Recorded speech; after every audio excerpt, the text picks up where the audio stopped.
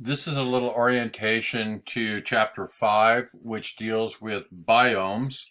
Biomes are ecological communities that have certain geographic and physical characteristics, predominantly temperature and precipitation. I'm going to highlight a few things in this chapter, but to leave most of the chapter for you to read. And I'm also going to introduce some new material that is not in the chapter that is relative to the San Diego County area where most of you are taking this class from. So if we look at the idea of biomes, and in this particular slide we see the terrestrial biomes, when you read the chapter, you'll realize that there are a number of different biomes across the world. But these are areas that have very similar climatic conditions, very similar topographic or physical conditions, and similar kinds of soil conditions. So therefore, the plants and the animals and other life forms would be more dependent on that particular type of circumstance. The answer to the magic question in biomes is what are the leading factors that determine a biome?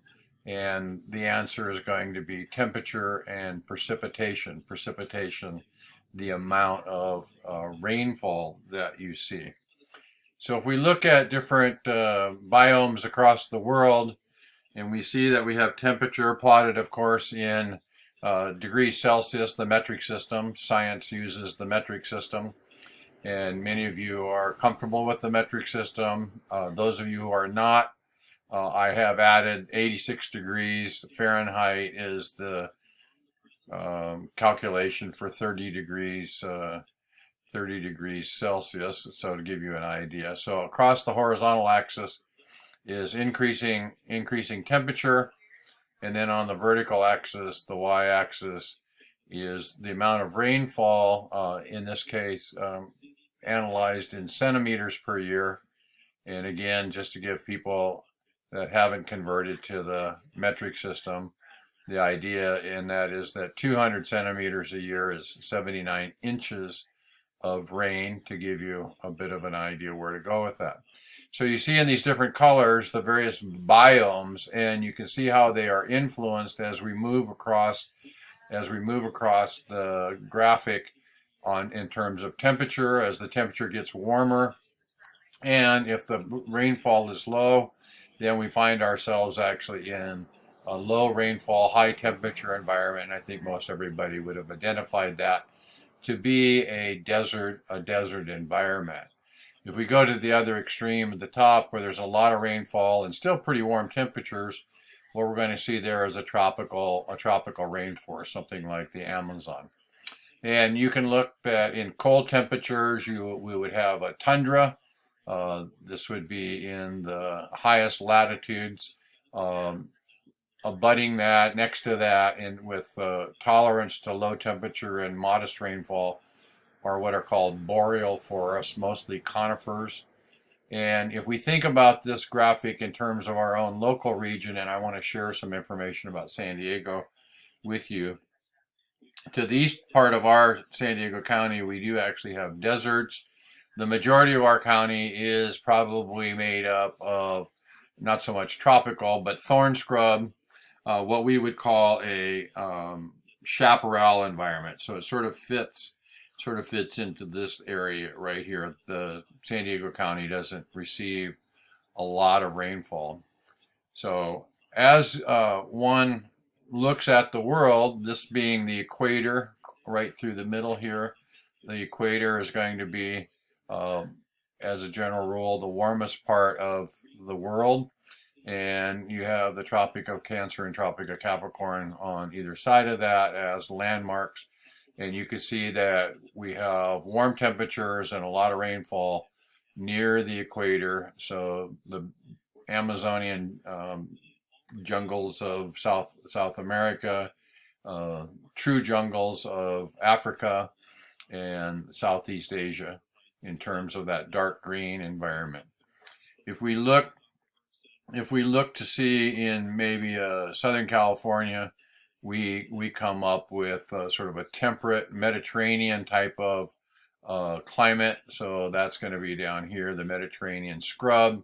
And so as many Mediterranean plants, and certainly witnessed by the introduction of eucalyptus, so this Mediterranean geographic area, the parts of California have that. And it's also shared with parts of Australia, by the way. So plants that grow in the Mediterranean or Australia do very well in Southern California. And so let's look at what also happens as you increase in altitude at a certain area. And so what this graphic is actually showing us is that they've done a transect between Fresno and Mount Whitney. Mount Whitney is the highest geographic place in the lower 48 states, so it's climbable. You can get a permit to go to the top of that. Fresno sits in the Central Valley, and so if we think about Fresno and we move toward Mount Whitney, but we also will find ourselves climbing the Sierras. The type of biomes that we would encounter as we begin to go up in elevation, we would go from a fairly dry Central Valley into grasslands, and then as you go into the foothills, you would start to see these oak woodlands. As you get higher, there's more rain, it's cooler, and the oak forests become even more dense. The oak forest would then give way because of the cold and snow to conifers, pine trees, etc. And as we continue to move up the Sierras, we would see that they become more dense until we get to be in an alpine area, which is in many cases above the snow line. So if we do something similar to that in San Diego, and we look to seeing what's happening with our area of San Diego, we have a very diverse environment here. San Diego is bordered. If we were to go to the Mexican border and look north, you would see that the Pacific Ocean is on the left side, and then if you could look over the top of the mountains, you would know the desert's on the right side. So the county is about 4,500 square miles. It's about the size of the state of Rhode Island, and it has all these different ecological components to it. If we did a cross section, and this is my little drawing on the board graphic for you, again, imagine yourself standing toward the border looking north toward Los Angeles. You would see that we'd have the ocean on the left side, and the county kind of generally looks like what I try to illustrate here. And if we go through that, we would see that we would have this flat area here where the beaches are. And so we have a little coastal area that runs right next to the beach. And then as we move inland a bit, we would see that we would end up in areas of mesas and canyons. So those of you who've actually attended class at Mesa College, when we actually still held classes there, you know that Mesa is in part named Mesa because it sits on this flat topped area, and it has some nice canyons that surround it. So this is very classic of this. As far as biomes are concerned, I put this little notation in to show that when you look into canyons, if you look at north-facing slopes and south-facing slopes and compare them, there is a variation. There's a variation because the sun shines on San Diego predominantly from the south. If you are a south-facing slope, you are exposed to more sunlight and therefore drier conditions than the north-facing slope. And so the north-facing slopes are cooler, damper, and way more lush. So the next time you look at a canyon, compare one side of the canyon to the other side of the canyon, and you can see a little difference in biomes. If you look at the next slide, we would move up from the mesas into what are known as the foothills, and I've put in here that communities like Ramona and Alpine represent foothill communities. And if you continue to move your way up toward the mountains, you would run into communities like Julian that are going to sit up here. And we're going to see that as we move up, we move into oak woodlands and then finally into conifers up here. We do have mountains, but San Diego's mountains are not all that tall. 6,000 feet, I think, is our tallest mountain. 5,000, I think, for the Lagunas. If you go over the top of the mountains and head east, you go down a slope very quickly. You have an area of high desert that has a very different biome than once you get down into what are known as the low desert. And if you reach Borrego Springs would represent the low desert. So just a little bit about San Diego County that I would have lectured on had we been meeting face to face, and so I share this little short video with you.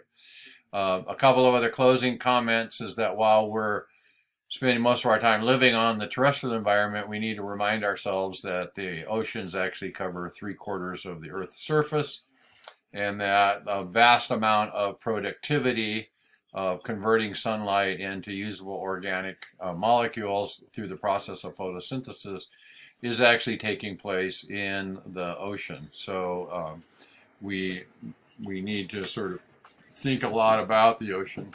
In San Diego, we're interested in this sort of intertidal area. Many of us who spend time at the beach are very interested in when we have low tides and high tides. It affects access and surfing, and it affects the availability to be able to look at tide pools, etc. And so these are important regions in San Diego. Areas that feed into the ocean are called estuaries, and San Diego has a number of different canyons that feed into the ocean. Canyons like by the Del Mar Fairgrounds, by Torrey Pines State Park.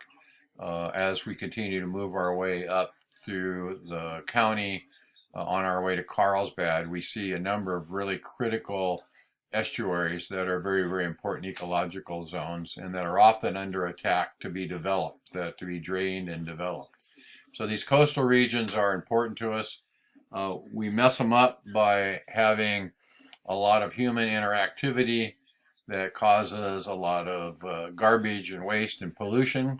And again, San Diego is a prime example of that with what's happening in terms of waste management coming out of our sister city to the south on the other side of the border, Tijuana, and what the Tijuana management problems have and their effect on the south part of our county, where you have a lot of this activity taking place. And so we see that as humans, we have the ability to kind of mess it up a lot. And as I mentioned, those lagoons, those estuaries in San Diego are constantly being looked at as places to potentially develop, put houses on, and drain. And that would be a tremendous loss to the biodiversity in San Diego because they're very, very important areas. So I hope you enjoy chapter 5 and have at it.